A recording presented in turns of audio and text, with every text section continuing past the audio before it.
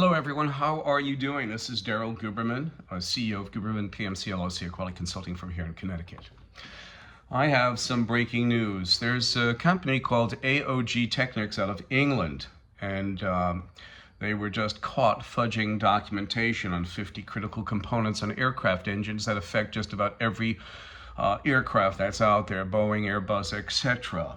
This video today is about AOG Technics. Appears to have falsified, fudged 50 critical aerospace engine parts, and I'm going to tell you why, because it's not just them. You have Boeing, you have Pfizer, Johnson & Johnson fudging documentation, skipping quality processes. You have MODERNA, who was working hand in hand with the FDA on it's just craziness. MODERNA, to bypass COVID vaccine safety standards, documents reveal quality control issues. Johnson & Johnson to scrap doses of COVID-19, and it's all very problematic. Under the banner of ANSI, ANAP, the American National Standards Institute, a company that's been around for almost 104 plus years, and you have ANAP, the American National Accrediting Board. Both of them are accreditation bodies. One's a standard writer like ANSI, but they also accredit. They accredit food like for Cargill beef. If you look at one of their certificates, in fact, in 2017-18, in September, Cargill had 138,000 pounds of meat recalled for E. coli. And you look on their certificate by the British Retail Consortium, and guess what? It is certified by ANSI. You go in to any restaurant throughout the United States, they have like 4 different companies that could certify for food safety and all this type of education for restaurateurs and people who work at these restaurants. And the Health and Safety Department comes in and forces SurfSafe down your throat. I can just imagine why. If you look up on the Better Business Bureau, they will tell you, well, we're not part of that, but they're rated F once again. In 2023, January, the SurfSafe was certified A, and they progressively got worse because of their customer service being so bad. But anyway, the word that they use in quality is obfuscation. Obfuscation, and I apologize for the length of this video, but this is about AOG Technics, aircraft on ground. It might be really on ground with fudging documentation. You have ANSI, the American National Standards Institute, which is a private, not-for-profit, non-governmental entity, and it has federal agencies and corporations on board to protect each other's asses, and you will find out as I progress. I'm going to show you this once again. I've gone through this chart. You know the old saying. Randy Doherty, at that time in 2015, he was the vice president of ANAB, chairman of the IAF, International Accreditation Forum, incorporated in Delaware, and he also sat as the principal, so he had complete control on the IF principal and the IF 990 tax form. He handed over leadership to this communist Chinese national, Zhao Jinwu, who's been involved with our quality since 1994.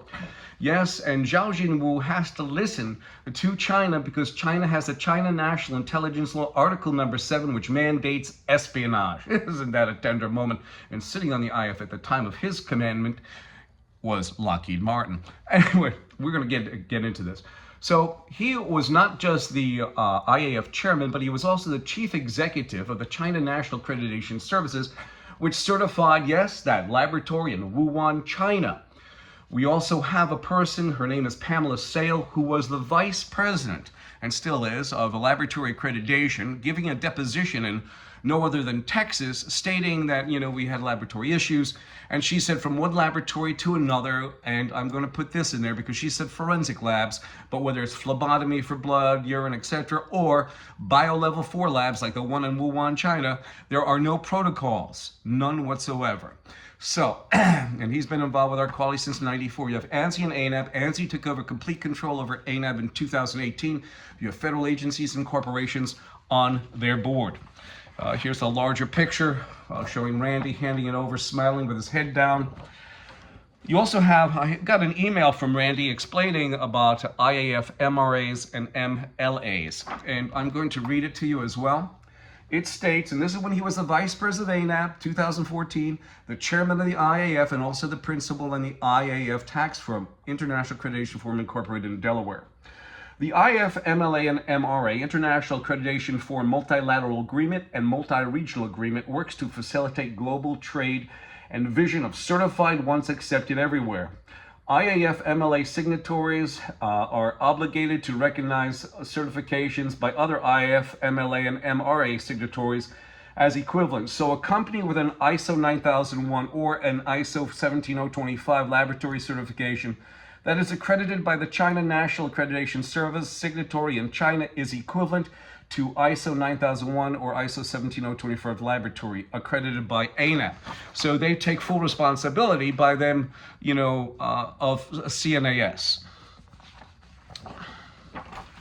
You have the factor that in, there we go, when Randy was the chairman, it was the 25th anniversary of IAF and ILAC, the International Laboratory Accreditation Cooperation, are sister organizations to the IAF. The international acronym for ILAC is Laboratory Accreditation Credible, just like IAF. It always fails. And here is Xi Jinping, who mandates Article number 7, the China National Intelligence Law, Article number 7, that mandates espionage. We also have Zhao Jinwu standing there in 2017 in the lab. Remember, the escape of the COVID virus happened in 2019. Remember what Pamela Sale said, there's no protocol. So in essence, when they say that the suspect is that laboratory, without a doubt. And you'll find certifications, which I've showed on other videos, that Pamela Sale signs these laboratory certifications off just for the money. There was a lawyer, Marvin Schechter in 2011, wrote a report to the state of New York that stated a laboratory certification from ASCLD Lab, which sits on ANSI's board, which is also owned by ANSI ANAP, is no more than a badge of honor. At the time when the Chinese national was running the IF between 2015 and 21, you had ANSI ANAB on it. So those corporations and federal agencies that sat on ANSI's board, it was a conduit for espionage. You also have the factor in 2017, Randy Doherty, who at the time was a technical advisor for ANAB and still a principal on the IF tax form and treasurer. He was being advertised on the Department of Homeland Security's website. Private concern being advertised on a government agency. Why? Because if you dig deeper, you'll find a Phil Matson, who's one of the DHS standard managers, sits on ANSI's board. At that time, I think $256,000 he was making, and that was tax-free, a royalty payment. So not only is he getting his federal salary, he is also getting a kickback from ANSI. Isn't that a tender moment in a turbulent world? You have over 10 different registrars sitting in China issuing an ANAB accreditation. ANSI ANAB are underwriters for the IAF and ILAC, the International Laboratory Accreditation Cooperation in Australia, and the International Accreditation Form, which I'm sure the accreditation body that did AOG Technics, possibly it could be UKAS, they took their website down probably because of embarrassment. They've been in business, I think, since 2015. So you're looking at 8 years of possible fudging documentation. So next time you get on a plane, think about that. You have Boeing, and we have a very special guest from Boeing. We got him off the golf course this morning. We have Mr. David Calhoun. David Calhoun. The reason why we bring Boeing in here is because, as I told you, AOG Technics got caught fudging documentation. You have Boeing that sits on ANSI's board.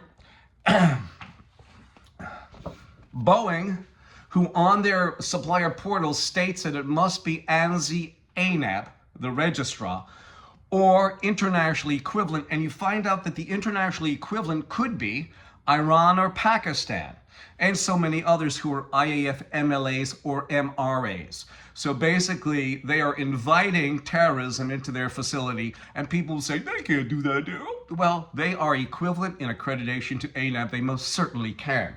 The liability of this fudging documentation definitely falls on ANSI ANAB because they are underwriters for both the IAF and ILAC. You have the factor that Boeing was fudging documentation. Also, Kobe Steel out of Japan was also fudging documentation. And I think Kobe is certified or accredited by UKAS, and Boeing uses ANAB and others. In fact, Boeing sat and sits on ANAB's board at the time. They not only sit on the director management, they also sit on a board of ANAB that can grant, suspend, and withdraw certification. We find that failed miserably. We also have Lockheed Martin. Lockheed Martin, who most recently got written up about their 801st F-35 aircraft. And after 800 aircraft, they are still producing aircraft that have issues that could loss of aircraft and possible loss of pilot. We have Mr. Jim Tassett. We got him off the golf course too today. He's smiling. Yes, the chairman of Lockheed Martin, there he is. Here is a report that was both written about Pratt & Whitney and also Division of United Technology, and also about the F-35 Lockheed Martin. And this is what happens throughout. This is so pervasive in accreditation by ANSI ANAB. And why do I hammer upon it? Because they both have federal agencies and corporations on board protecting each other. The F-35 program did not, and this is the same thing that's stated on the Pratt & Whitney report, the F-35 did not sufficiently implement or flow down technical and quality management requirements to prevent the fielding of non-conforming hardware and software. This could adversely affect aircraft performance, reliability, maintainability, ultimately program costs. Lockheed Martin Company and its subcontractors did not follow disciplined AS9100 quality management system practices, and they too sit on ANSI's board. And at the time, between 2015 and 21, they sat on the IAF. You also have in a standard here that they wrote a procedure. I know it's an older procedure, but you can find on their documentation, they still call out ANSI ANAB as their third-party auditor. Excuse me. And here it is. There they are, sitting on the IAF at the time between 2015 and 2021. On top of it, I will say this. In 2009, Lockheed Martin gets hacked by China, taking the F-35. 2012, the Division of United Technology, Sikorsky aircraft, gets hacked by China, taking many of their products, S-76, Black Hawk, T-700 engine, etc. In 2015, in the Connecticut Mirror, it says, and you can find this, with China's okay, Lockheed Martin closes in on the purchase of Sikorsky aircraft. So what is that telling you? Lockheed Martin is in bed with China, and China figured since they're an international regulator, they said, go ahead, we stole the information anyway. And then you have our four politicians here in Connecticut, Rosa DeLauro, Jim Himes, Chris Murphy, and Richard Blumenthal.